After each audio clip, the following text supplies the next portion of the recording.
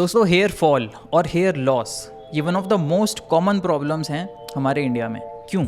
क्योंकि एक एवरेज इंसान को हेयर केयर के बेसिक्स तक नहीं पता है कि भाई डाइट में किन बेसिक चीज़ों का ध्यान देना चाहिए, बाहर धूप में किस टाइम पर नहीं जाना चाहिए, हेयर वॉश कैसे करना है, शैम्पू कितनी बार करना चाहिए, कितना गर्म पानी यूज़ करना चाहिए और आयुर्वेदा इन चीज़ों के बारे में क्या कहता है। आज के वीडियो में जानेंगे दोस्तों क्या हैं वो 7 सबसे important factors to stop hair fall. And the good news is कि ये सातों के सातों फैक्टर्स 100% आपके कंट्रोल में हैं, बस इन्हें आप ठीक कर लें। अगर आपके सर पर बाल हैं और आप चाहते हैं कि वो बाल कायम रहें तो ये वीडियो एंड तक ज़रूर देखिएगा। अगले 15 मिनट में हेयर केयर के बारे में सभी फंडामेंटल्स इस वीडियो में आप जान जाएंगे और हेयर केयर के ये फंडामेंटल्स हर एडल्ट को पता होने ही चाहिए। तो देखते रहिए ये video, full on adult content होने वाला है आज। सबसे पहले दोस्तों एक नज़र डालना ज़रूरी है at the structure of human hair. बाल चाहे शरीर पर हो या सर पर, उसका स्ट्रक्चर सेम है। ब्रॉडली एक हेयर के 2 पार्ट्स होते हैं, the root and the shaft. तो जो हेयर का रूट है ये रूटेड होता है हमारी स्किन सरफेस के जस्ट नीचे, स्किन की मिडिल वाली लेयर में।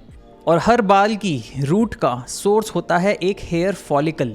इसे आप हेयर रूट का कंटेनर समझ लें, जैसे एक जग में से प्लांट उगता है ना, एकदम वैसे ही। तो ये जो फॉलिकल्स होते हैं इनमें होते हैं स्टेम सेल्स, और स्टेम सेल्स की खासियत ये है कि वो बड़ा जल्दी डिवाइड होते हैं to form new cells in the hair. और जैसे जैसे नए सेल्स बनते हैं वैसे वैसे पुराने हेयर सेल्स ऊपर की तरफ पुश होते जाते हैं और वो स्किन के सरफेस के ऊपर हेयर की ग्रोथ होती जाती है। और ये स्किन के ऊपर वाला पार्ट हेयर का है शाफ्ट। तो ये जो हेयर का शाफ्ट है यही होता है विजिबल पोर्शन ऑफ हेयर, जो हमें बाल दिखाई देते हैं। जब हम हेयर कहते हैं तो हम बेसिकली शाफ्ट को हेयर कह रहे होते हैं। अब आप देखें ये जो हेयर सेल्स हैं शाफ्ट में, ये स्किन से बाहर निकलने के बाद न्यूट्रिएंट्स से कट ऑफ हो चुके हैं और इसलिए सेल्स मर चुके होते हैं और इनका केरेटिनाइजेशन हो जाता है। केरेटिनाइजेशन इज बेसिकली कि इन सेल्स को केरेटिन नाम का प्रोटीन सराउंड कर लेता है, जो कि इन सेल्स को स्ट्रक्चर और स्ट्रेंथ देता है। इनफैक्ट हमारे हेयर का 95% स्ट्रक्चर केराटिन से कंपोज्ड होता है। बेसिकली हेयर जो है एक तरह का प्रोटीन है, not completely but a good approximation. तो ये बेसिक ज्ञान हर इंसान को होना चाहिए अपने हेयर स्ट्रक्चर का। अब सवाल बनता है कि हेयर फॉल क्यों होता है, होता ही क्यों है हेयर फॉल, हेयर लॉस, क्यों झड़ जाते हैं ये बाल मायूस होकर, और कैसे खुश रख सकते हैं हम इन्हें। दोस्तों ब्रॉडली स्पीकिंग 3 फैक्टर्स होते हैं हेयर फॉल के। ये हैं आपके लाइफस्टाइल फैक्टर्स, एनवायरमेंटल फैक्टर्स और जेनेटिक फैक्टर। इन फैक्टर्स के कारण ही हमारे हेयर पर नेगेटिव इफेक्ट पड़ता है, या तो शाफ्ट लेवल पर या फिर रूट लेवल पर, leading to poor hair health और उसके बाद हेयर फॉल। एक एक करके बात करते हैं। पहला, लाइफस्टाइल फैक्टर। दोस्तों लाइफस्टाइल आसान शब्दों में कहूँ तो आपका डे टू डे रहन सहन और खान पीन। अगर यही ठीक नहीं है तो आपकी हेयर हेल्थ सफ़र करेगी ही करेगी। चाहे आप सर पे नारियल लगाओ या लॉरियल, फ़र्क नहीं पड़ता। देखिए दोस्तों, चाहे आपका फैट लॉस हो, मसल गेन हो, आपकी स्किन हेल्थ हो या हेयर हेल्थ हो, इन सभी चीज़ों का फाउंडेशन आपकी लाइफस्टाइल है, आपके स्ट्रेस लेवल्स, आपकी डाइट। डाइट में किन चीज़ों पर ध्यान देना है? पहला, आपका प्रोटीन इंटेक। देखिए प्रोटीन का रोल आपकी मसल बिल्डिंग और मेंटेनेंस में तो है ही, फिजिकल फिटनेस में तो इसका सबसे इंपॉर्टेंट रोल है ही, पर साथ के साथ प्रोटीन देता है अमीनो एसिड्स जो कि बिल्डिंग ब्लॉक्स हैं हमारी बॉडी का, इंक्लूडिंग केराटिन, जो कि अभी हमने समझा 95% कॉम्पोजिशन है हमारे हेयर का। हमारे hair they are basically protein. तो अगर आपकी डाइट में प्रोटीन की डेफिशिएंसी है तो बेशक आपके बाल कमज़ोर होंगे, they will be weak and brittle, उनका टेक्सचर डल हो जाएगा और बेसिकली काफ़ी ईजिली वो फॉल कर जाएंगे। बेसिकली बस कारण ढूंढ रहे हैं वो गिरने का। ओ इसने बड़ा ज़ोर से मेरे को खांगी किया, I can't take this any more. अब तक अनगिनत वीडियो में मैं इंपॉर्टेंस बता चुका हूँ प्रोटीन की, कि क्या है आपकी डेली प्रोटीन रिक्वायरमेंट्स, कितना प्रोटीन होना चाहिए आपकी डाइट में। पर अगर एक और कारण की कमी पड़ रही थी लाइफ में प्रोटीन को सीरियसली लेने के लिए, तो हेयर इट इज़।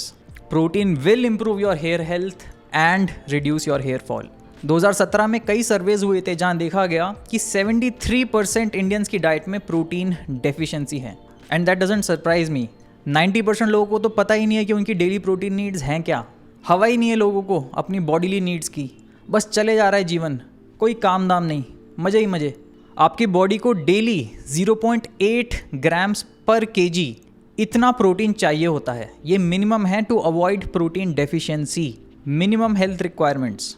यानी अगर आपका वेट है 70 केजी तो मिनिमम आपकी डाइट में 56 ग्राम्स प्रोटीन तो होना ही चाहिए। In my experience as a fitness coach मैंने देखा है कि जो लोग जीवन में सोए हुए हैं, कोई काम धाम नहीं, उनकी डाइट में प्रोटीन इंटेक डेली 25 से 30 ग्राम भी नहीं हो रहा होता है, स्पेशली अगर वो वेजिटेरियन है। तो बंदा डाइट में 25 ग्राम प्रोटीन खा रहा है और पूछ रहा है फैट लॉस कैसे करूं, हेयर फॉल कैसे रोकूं, पेट कम कैसे करूं, मसल गेन कैसे करूं। वाह मेरे शेर। प्रोटीन पे डिटेल वीडियो कर चुके हैं, नीचे लिंक कर दूंगा, देखिएगा ज़रूर। बाद में आगे बढ़ते हैं। डाइट में दूसरा, विटामिन्स एंड मिनरल्स। दोस्तों मिनरल्स और विटामिन्स एक ऐसी बेसिक चीज़ है जिसकी अगर डेफिशिएंसी हो जाए तो जीवन के लग जाते हैं। ये बॉडी का जो सिस्टम है अटरली कॉम्प्लिकेटेड, इसके स्मूथ चलने के लिए माइक्रोन्यूट्रिएंट्स बड़ा ही इंपॉर्टेंट रोल निभाते हैं। आपका मेटाबॉलिज्म, आपकी इम्यूनिटी, आपका हार्मोनल बैलेंस, हार्मोनल प्रोडक्शन, आपका ब्रेन, आपका नर्वस सिस्टम, आपका मूड, आपकी मेंटल हेल्थ, ये माइक्रोन्यूट्रिएंट्स वही मिनरल्स और विटामिन्स हैं जिसके बारे में हमने प्राइमरी स्कूल में भी पढ़ा था, पर तब तो आपने ध्यान दिया नहीं, तब तो आप अपनी पेंसिल से खेल रहे थे। तो आज ध्यान देते हैं। मिनरल की अगर बात करें तो 2 मिनरल्स खास तौर से इंपॉर्टेंट हैं हेयर हेल्थ के लिए, जिंक और आयरन। नॉन वेज में ये आपको मिल जाएंगे in meat, fish and eggs, और वेज में भी आपको आसानी से मिल जाएंगे in legumes, beans, green leafy vegetables, nuts and seeds. Vitamins की अगर बात करें तो 2 विटामिन्स खास तौर से इंपॉर्टेंट हैं हेयर हेल्थ के लिए, विटामिन ए और विटामिन डी। विटामिन ए मौजूद होता है भारी मात्रा में इन एग्स, डेयरी प्रोडक्ट्स, आपका दूध, दही, पनीर, ग्रीन लीफी वेजिटेबल्स, और इसके अलावा जो आपकी ऑरेंज और येलोइश वेजिटेबल्स होती हैं। विटामिन डी की अगर बात करें तो ये इंपॉर्टेंट है। आज की तारीख में ढेर सारे लोग विटामिन डी में डेफिशिएंट हैं, लोगों को पता भी नहीं है पर वो हैं डेफिशिएंट। इस पर मैं डिटेल वीडियो बना चुका हूँ, नीचे लिंक कर दूंगा। बट ऑलमोस्ट हर इंसान को विटामिन डी सप्लीमेंट करने की ज़रूरत है फॉर हेल्दी डी लेवल्स, क्योंकि डाइट में इनफ मिलता नहीं है और धूप में हम इनफ बैठते नहीं हैं। This is true for almost everyone. अच्छा, विटामिन ए और डी के अलावा बी विटामिन्स, बेसिकली आपका फोलेट और बायोटिन, ये भी बड़े फ़ायदेमंद हैं हेयर हेल्थ के लिए, और नॉन वेज में ये पाए जाते हैं इन एग्स। वेजिटेरियंस की अगर बात करें तो ग्रीन लीफी वेजिटेबल्स, आपके लेग्यूम्स, बीन्स, मशरूम्स और सोयाबीन। यहाँ आपको एक पैटर्न दिख रहा होगा, कई फूड आइटम्स कॉमन है हर कैटेगरी में। आपके एग्स, ग्रीन लीफी वेजिटेबल्स, ये खतरनाक ऑलराउंडर चीज़ें जो आपकी डाइट में होनी ही चाहिए, कोई नई बात नहीं है, कई बार सुन चुके हैं आप पहले भी। ये बात कर ली हमने डाइट के बारे में, लाइफस्टाइल फैक्टर्स में। अगला आपके स्ट्रेस, वेरी इंपॉर्टेंट। स्ट्रेस एक ऐसी चीज़ है जो दिखती नहीं है, ना नापी जा सकती है, पर यह है एक रियल चीज़ और इसलिए सबसे खतरनाक। रिसर्च साफ दिखाती है कि जब आपका स्ट्रेस हार्मोन यानी कि कॉर्टिजोल बढ़ा हुआ होता है तो it directly leads to increased hair fall and reduced hair regeneration. और केवल यही नहीं, इंक्रीज स्ट्रेस लेवल्स हमारे बॉडी के सिस्टम को काफ़ी विभिन्न प्रकार से नेगेटिवली इफेक्ट करता है। प्री मैच्योर ग्रे हेयर्स आने लगते हैं, अर्ली एजिंग होने लगती है, फैट बर्न कम होता है, मसल लॉस ज़्यादा होता है, और स्ट्रेस लेवल्स आपके डायरेक्टली रिलेटेड हैं आपकी लाइफस्टाइल से, कि आप जीवन कैसे जी रहे हैं, इंसान की तरह या मशीन की तरह। अगर इंसान की तरह जी रहे हैं यानी कि good sleep every night, good social life, nutrient rich diet, healthy work life balance, regular exercise, तो ऑटोमेटिकली आपके स्ट्रेस लेवल्स हेल्दी रेंज में रहेंगे। और अगर आप ढूंढ रहे हैं एक step by step coaching program अपनी बॉडी और लाइफस्टाइल ट्रांसफॉर्म करने के लिए, अपनी डाइट ठीक करने के लिए, अपने हेल्थ मार्कर्स इंप्रूव करने के लिए और जीवन में रेगुलर एक्सरसाइज को इंटीग्रेट करने के लिए, तो check out my online coaching details at hypertroph.com/coaching। Link description में होगा along with a coupon code for a special discount. अच्छा, लाइफस्टाइल फैक्टर में एक इंपॉर्टेंट तो रही गया, स्मोकिंग। 2021 में ही हुआ था एक रिसर्च रिव्यू जिसमें 32 स्टडीज़ के डेटा को एक साथ एनालाइज किया गया था और कंक्लूजन साफ था कि स्मोकर्स में हेयर फॉल और हेयर लॉस का रेट ज़्यादा होता है कंपेयर टू नॉन स्मोकर्स। और इसका रीज़न भी साफ है, स्मोकिंग के कारण आपके हेयर फॉलिकल्स तक ब्लड सप्लाई कम हो जाता है। तो ये दोस्तों बात हो गई लाइफस्टाइल फैक्टर्स की। अब बात करते हैं इन्वायरमेंटल फैक्टर्स। इन्वायरमेंटल यानी कि वो फैक्टर्स जो कि फिजिकल या केमिकल डैमेज पहुंचाते हैं आपके हेयर को, या तो शैफ्ट लेवल पर या फिर रूट लेवल पर, जिस कारण आपके हेयर कमज़ोर हो जाते हैं और बात बात पर टूटने लगते हैं, झड़ने लगते हैं, गिरने लगते हैं। इसमें पहला यूवी रेडिएशन। दोस्तों, सनलाइट में जो यूवी रेडिएशन होता है उसका excess exposure can damage your hair proteins, जिस कारण आपके बाल ड्राई हो जाते हैं, वीक हो जाते हैं, ब्रिटल हो जाते हैं और हेयर फॉल बढ़ जाता है। तो क्या इसका मतलब धूप में जाएं ही ना? जी नहीं, हर चीज़ का एक राइट टाइम होता है। In fact early morning sun exposure 15 to 30 minutes का रिकमेंड किया जाता है फॉर हेल्दी सर्केडियन रिदम। मैंने भी वीडियोज़ में कई बार कहा है अर्ली मॉर्निंग सन एक्सपोजर। यहाँ हमें बच के रहना है हाईएस्ट इंटेंसिटी वाली सनलाइट से with the strongest UV radiation, और ये आप एक्सपीरियंस करेंगे बिटवीन 10 AM to 4 PM, जिसे कहते हैं घनी दोपहरी। ऑफकोर्स सनलाइट में कितना यूवी रेडिएशन है किस टाइम पर, ये डिपेंड करेगा आपके जोग्राफिकल लोकेशन पर भी, आपके लैटिट्यूड पर, आपके ऑल्टीट्यूड पर। अगर आप हायर ऑल्टीट्यूड्स पे रहते हैं तो वहाँ यूवी रेडिएशन के लेवल्स एवरेज से ज़्यादा होंगे। पर अगर आपके लिए ये सन एक्सपोजर अवॉइड करना पॉसिबल नहीं है, if you must expose your hair to direct sunlight for long periods of time, तो मैं रिकमेंड करूँगा कि आप कैप या फिर हैट पहना करें कड़ी धूप में टू प्रोटेक्ट योर हेयर। अगला, हीट डैमेज। दोस्तों, हाई टेम्परेचर का एक्सपोजर हमारे हेयर के आउटर लेयर, शैफ्ट के आउटर लेयर को डैमेज कर सकता है, जिस कारण वो वीक हो जाते हैं और आसानी से टूट जाते हैं। और ये हीट एक्सपोजर वाली गलती ऑलमोस्ट हर इंसान कर रहा है by using devices like hair dryers या फिर कर्लिंग आयरन्स। हेयर ड्रायर आपको एकदम हॉटेस्ट वाले टेम्परेचर पे यूज़ नहीं करना चाहिए, उसमें नॉर्मल टेम्परेचर वाला मोड भी होता है, वो यूज़ करें। 5 मिनट शायद एक्स्ट्रा लगेंगे बाल सुखाने में, but your hair will thank you for it. इसी तरह बाल धोने के लिए एकदम गर्म पानी यूज़ ना करें, पानी भी नॉर्मल टेम्परेचर का होना चाहिए, रूम टेम्परेचर का। निवाया चलेगा, not too hot not too cold. In fact Ayurveda में भी ये कहा गया है। अष्टांग हृदयम में ये श्लोक है जिसका मतलब है कि pouring warm water below the neck bestows strength, but the same above head results in lost of strength of your hair, केश। अगला फैक्टर, इनकरेक्ट वॉशिंग, यानी कि आपका हेयर वॉशिंग स्ट्रैटेजी क्या है, शैम्पू कौन सा यूज़ कर रहे हैं और कितनी फ्रिक्वेंसी पे यूज़ कर रहे हैं। डेली शैम्पू यूसेज कई लोगों के हेयर को डैमेज कर सकता है। इसी तरह टाइप ऑफ शैम्पू भी इंपॉर्टेंट है। सिंपल क्लासिफिकेशन यहाँ करना चाहूँगा 2 टाइप के शैम्पूज, सल्फेट फ्री शैम्पूज और सल्फेट वाले शैम्पूज। एक काफ़ी ट्रेंडी एडवाइस चल रही है आजकल कि केवल सल्फेट फ्री शैम्पू यूज़ करो, सल्फेट ख़राब होता है हेयर के लिए, बट दैट्स नॉट ट्रू।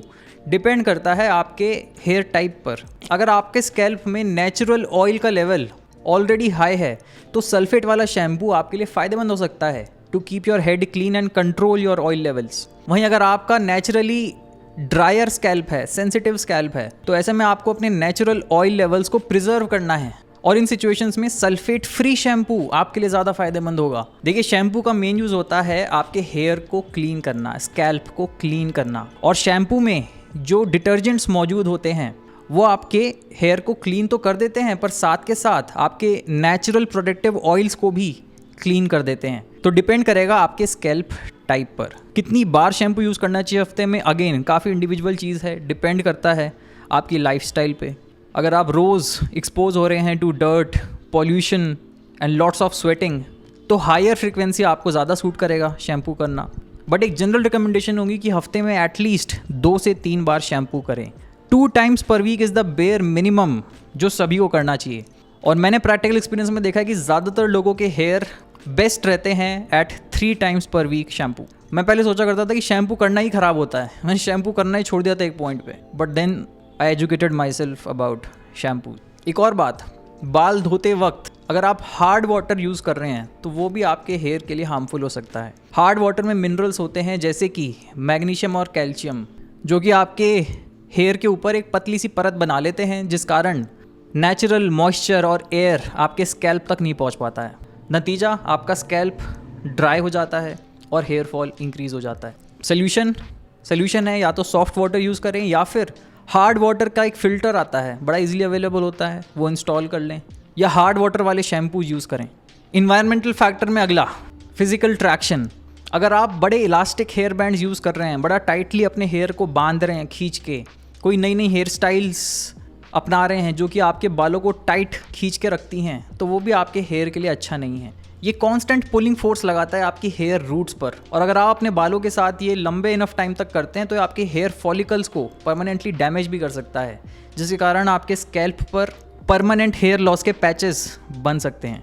और ये प्रॉब्लम विमेन में ज़्यादा कॉमन है। तो अगर आपके बाल लंबे हैं तो थोड़ा लूज़ हेयर स्टाइल्स अपनाएं। अगर आप पोनीटेल बना रहे हैं या बन्स बना रहे हैं तो उसमें भी लूज़न योर हेयर स्टाइल। और एक पर्टिकुलर हेयर स्टाइल को 2-3 महीने से ज़्यादा कंटिन्यू ना करें। बात करते हैं तीसरे और फाइनल फैक्टर की बिहाइंड हेयर लॉस, और ये है आपके जेनेटिक फैक्टर। ये बड़ा ही कॉमन है, जेनेटिक हेयर लॉस। इसका साइंटिफिक नेम होता है एंड्रोजेनिक एलोपेसिया, और ये चीज़ मेन में बहुत कॉमन है। इनफैक्ट 50 to 70% मेन अपनी लाइफ में किसी ना किसी पॉइंट पर जाकर जेनेटिक हेयर लॉस एक्सपीरियंस करेंगे। 50 to 70% मेन, तो कोई बहुत घबराने वाली बात नहीं है। इसे मेल पैटर्न बॉल्डनेस भी कहा जाता है। इनफैक्ट 25% मेन में ये अर्ली 20s में ही शुरू हो जाता है। विमेन में ये बहुत ही रेयर होता है। बेसिकली जिन लोगों में ज़्यादा टेंडेंसी होती है इस जेनेटिक हेयर लॉस की, उनके हेयर फॉलिकल ज़्यादा सेंसिटिव होते हैं DHT की तरफ। DHT हमारी बॉडी का एक हार्मोन है, डाईहाइड्रोटेस्टोस्टेरोन, जो कि टेस्टोस्टेरोन से ही बनता है, नेचुरली कन्वर्ट होके। तो अगर किसी के टेस्टोस्टेरोन लेवल्स हाई हैं, which is main in general, तो उनके DHT लेवल्स भी नेचुरली हाई होंगे। और जेनेटिक हेयर लॉस के सेफ ट्रीटमेंट्स भी अवेलेबल हैं आज की मॉडर्न दुनिया में। पहला, आपके हेयर ट्रांसप्लांट्स, जो कि एक सर्जिकल प्रोसेस होता है। दूसरा, मेडिकल ट्रीटमेंट्स, और यहाँ 2 मेजर ड्रग्स यूज़ किए जाते हैं which are proven to work, finasteride और मिनॉक्सिडिल।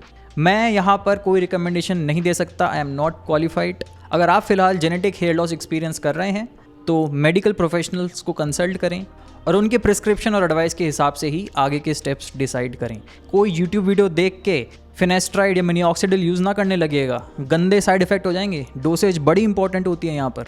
तो ये थे दोस्तों हेयर केयर के एकदम फंडामेंटल्स, आपके लाइफस्टाइल फैक्टर्स, आपके एनवायरमेंटल फैक्टर्स और genetic factors. But to be honest, अभी we are just scratching the surface. आने वाले वीडियो में और डीप में समझेंगे हेयर केयर के प्रिंसिपल्स को और क्या होगा एक अल्टीमेट हेयर केयर रूटीन आपके लिए। उम्मीद करता हूँ ये वीडियो आपको यूज़फुल लगा होगा। कमेंट से मुझे बताइएगा क्या वीडियो आप देखना चाहेंगे रिगार्डिंग हेयर केयर, क्या प्रॉब्लम आप फेस कर रहे हैं अपने बालों को लेकर, और क्या आप इस वीडियो में कोई एडवाइस ऐड करना चाहेंगे टू स्टॉप हेयर फॉल किसी भी एरिया में, चाहे एनवायरमेंटल फैक्टर, जेनेटिक फैक्टर या फिर लाइफस्टाइल फैक्टर। अच्छा, हमने डाइट के बारे में इस वीडियो में बात की, तो कैसे अपनी न्यूट्रिएंट नीड्स पूरी करनी है अच्छी फिजिकल हेल्थ, स्किन हेल्थ और हेयर हेल्थ के लिए, इस पे मैं एक डिटेल वीडियो बना चुका हूं जहां हमने प्लांट वर्सेस एनिमल डाइट्स को कंपेयर किया था, जो कि मैं यहाँ लिंक कर दूंगा, क्लिक करके देख सकते हैं।